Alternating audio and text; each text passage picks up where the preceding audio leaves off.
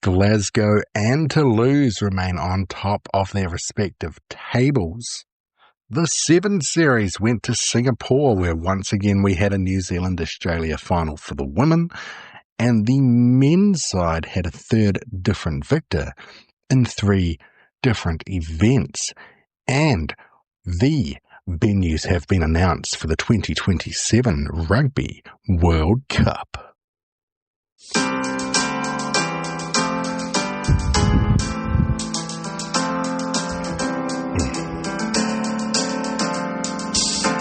Hello and welcome to the Rugby Roundup with Big Mike here, February 4th, 2026. It is I, Big Mike of Big Mike Rugby. Now let's talk all about our beautiful game.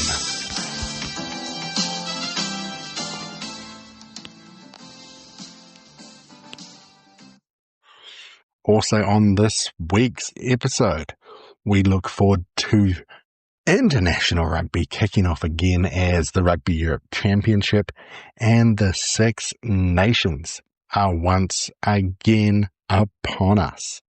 But enough of all that. Let's get to the roundup. And we're going to start with club action in Europe with the URC. And round 11 action. What did we have? Well, Glasgow remained top of the table after a 31-22 victory over Munster.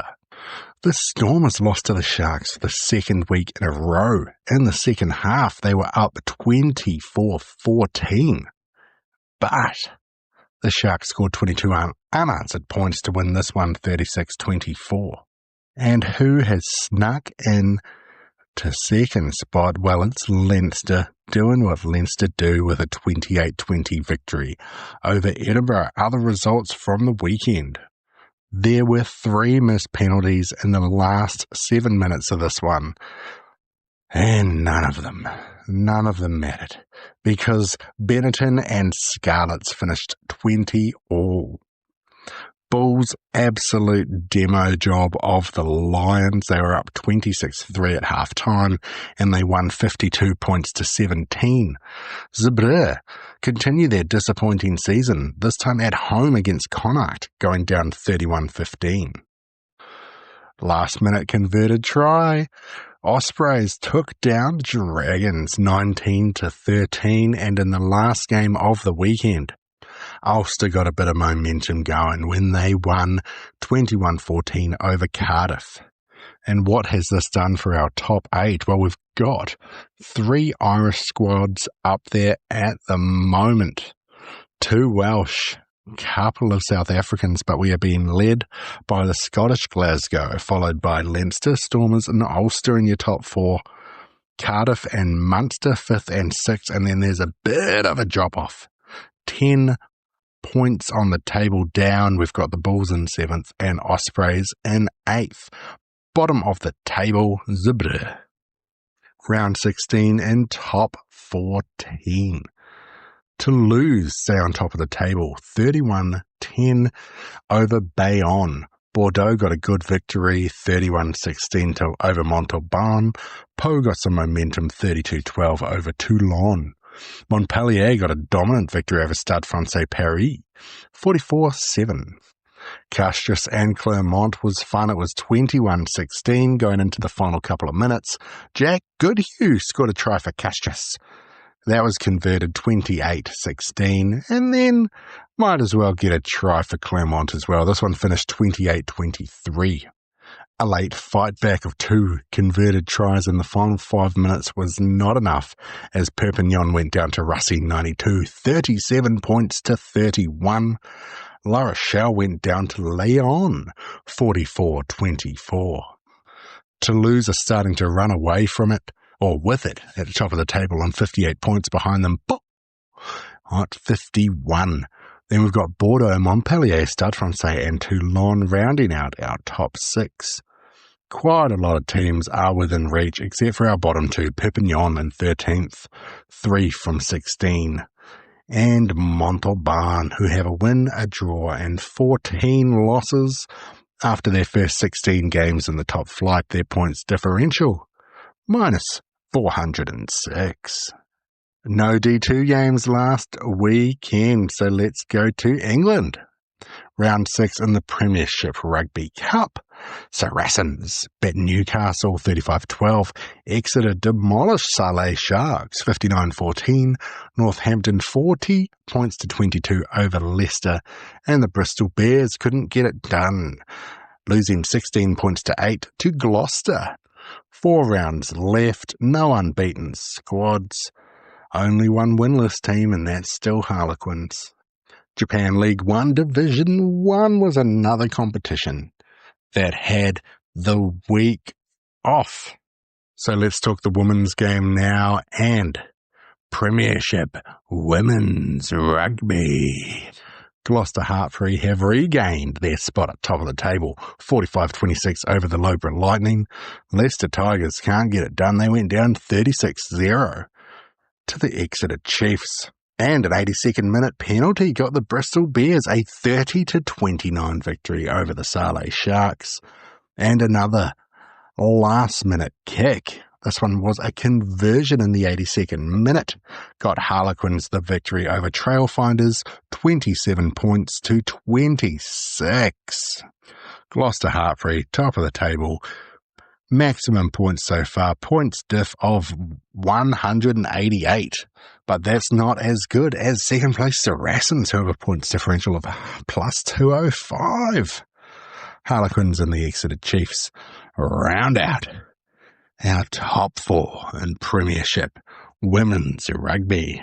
And that is us for the big domestic club competitions.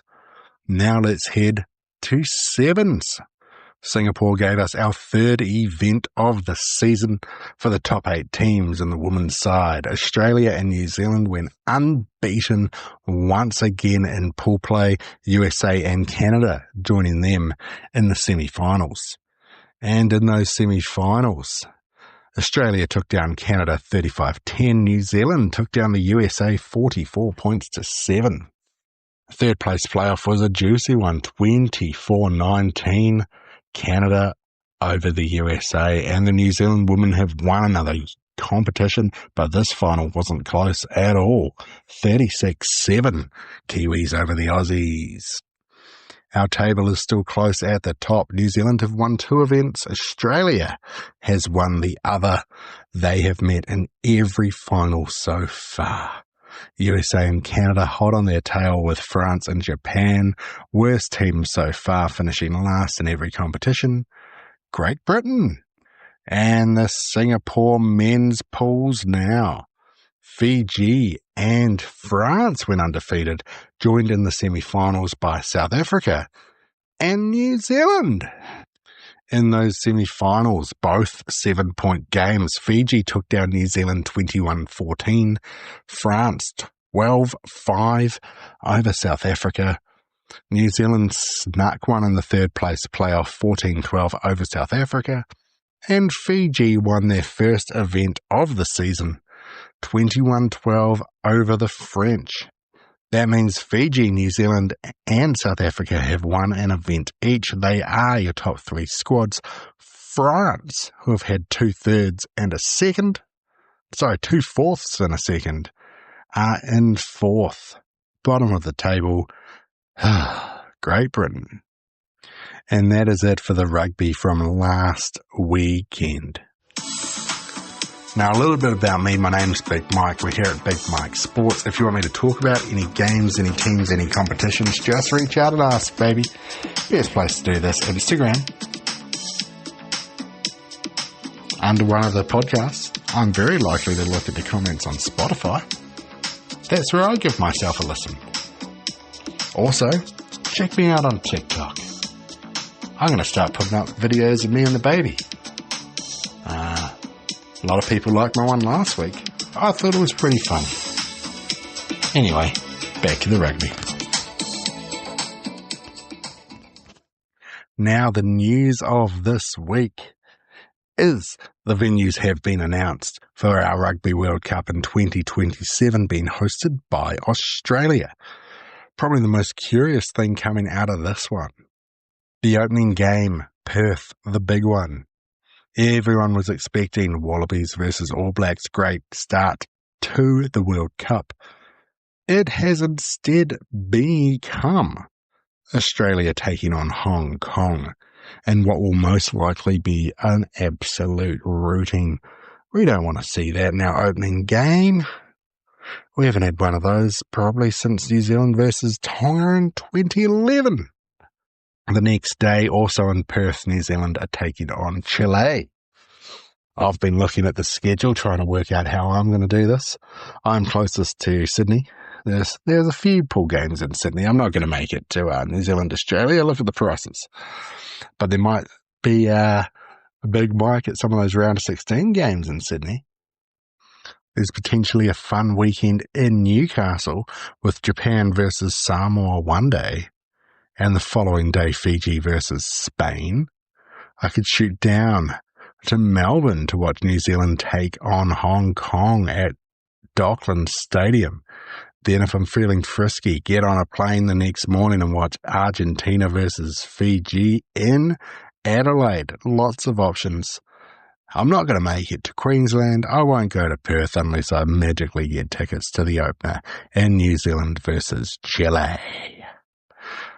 Still disappointed that Canberra have no games. It is the biggest World Cup of all time, and it is a rugby-loving city. Anyway, enough of that. Let's talk about this week in rugby, and the international games are back. It's the big ones up in Europe as our two favourite European competitions kick off this weekend. Let's start with the Six Nations. Recap of last year. The winners were France, who finished a point above England, who finished a point above Ireland. It was England's best competition in about 5 years, nearly getting the win.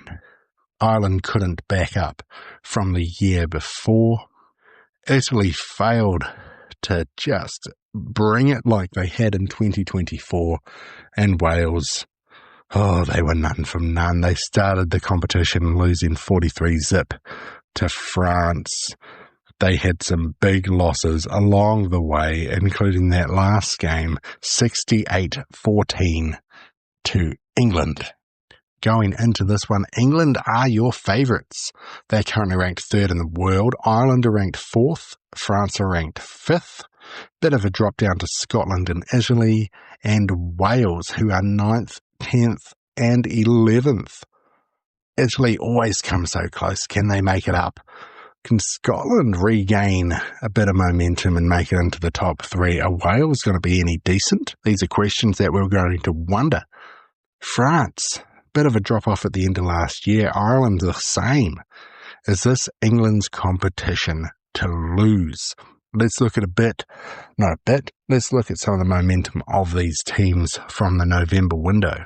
England finished last year on a high. They lost their opening contest to Ireland, then won every other game they had. England finished November beating Australia 25-7, Fiji 38-18, the All Blacks 33-19, and Los Pumas 27-23. Great finish of the year for England. Ireland now at the end of the season, they lost to the All Blacks 26-13, got a great victory over Japan 41-10, dominant victory over Australia 46-19, then went down to the world champion Springboks 24-13. France, another team that had a bit of a funny finish of the season, losing to the Springboks 32-17 in that absolutely amazing game, scraping by to beat Fiji 34-21, and beating Australia 48-33. Now Scotland rugby. Oh, that's so strange. They have so many matches against Tier 2 opponents, which they absolutely dominate. Then they go up against the big dogs and they don't do so well. End of the season last year, they defeated the USA 85-0. They took out Tonga 56-0. But they did go down to New Zealand and Argentina in close games, losing by 8 and 9 points. Italy now, can they give us some upsets? Well, they did at the end of last season when they beat Australia 26-19. Close game initially against South Africa before it blew out.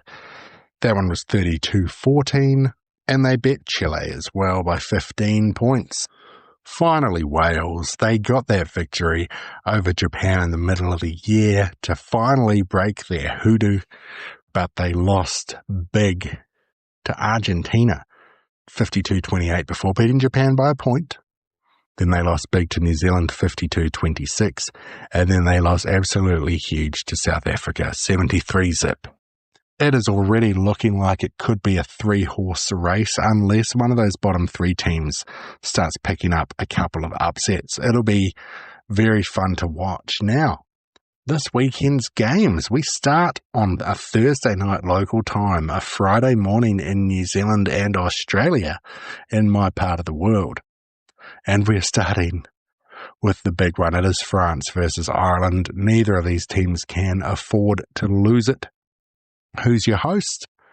The French. That may be the big difference in this one. Caelan Doris captains your Irish squad. It was a bit of news that France left out some of their big names, but they do have Antoine Dupont, and they do have Louis Bielbieri and Thomas Ramos.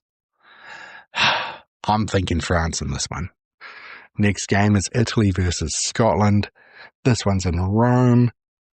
The Italian squads have been doing so poor in the URC, and Scotland obviously has the Glasgow Warriors sitting up top of the table. That could be the difference, both these teams having 2 professional squads in those competitions, or in that competition.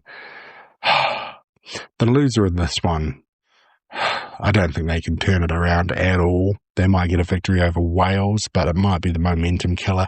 The winner of this one could have a great upswing. Let's see. Final game of the weekend, England versus Wales. This one's at Twickenham. It was 68-14 last time. England was dominant at the end of the year. Wales were woeful. 75 plus. Who knows? All right, then we've got our Rugby Europe Championship. Love this stuff. This is the next tier down. The Rugby Europe Championship gives us 2 pools of 4.